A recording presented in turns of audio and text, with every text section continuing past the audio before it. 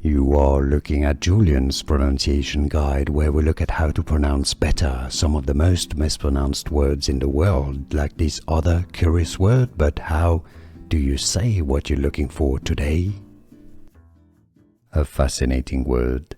Let's break down how to pronounce it in British English and how it's pronounced in the US. If you want to learn more medical terms that are confusing vocabulary in English, stay tuned. Nebulizer, that's British English pronunciation. No, li, not nebulizer, no. Nebulizer in American English. The US pronunciation is usually more as nebulizer, nebulizer. Here are more videos on how to pronounce more confusing words and names too many mispronounced. Like this video if you found it useful. I appreciate your support. I'll see you soon and thanks for watching.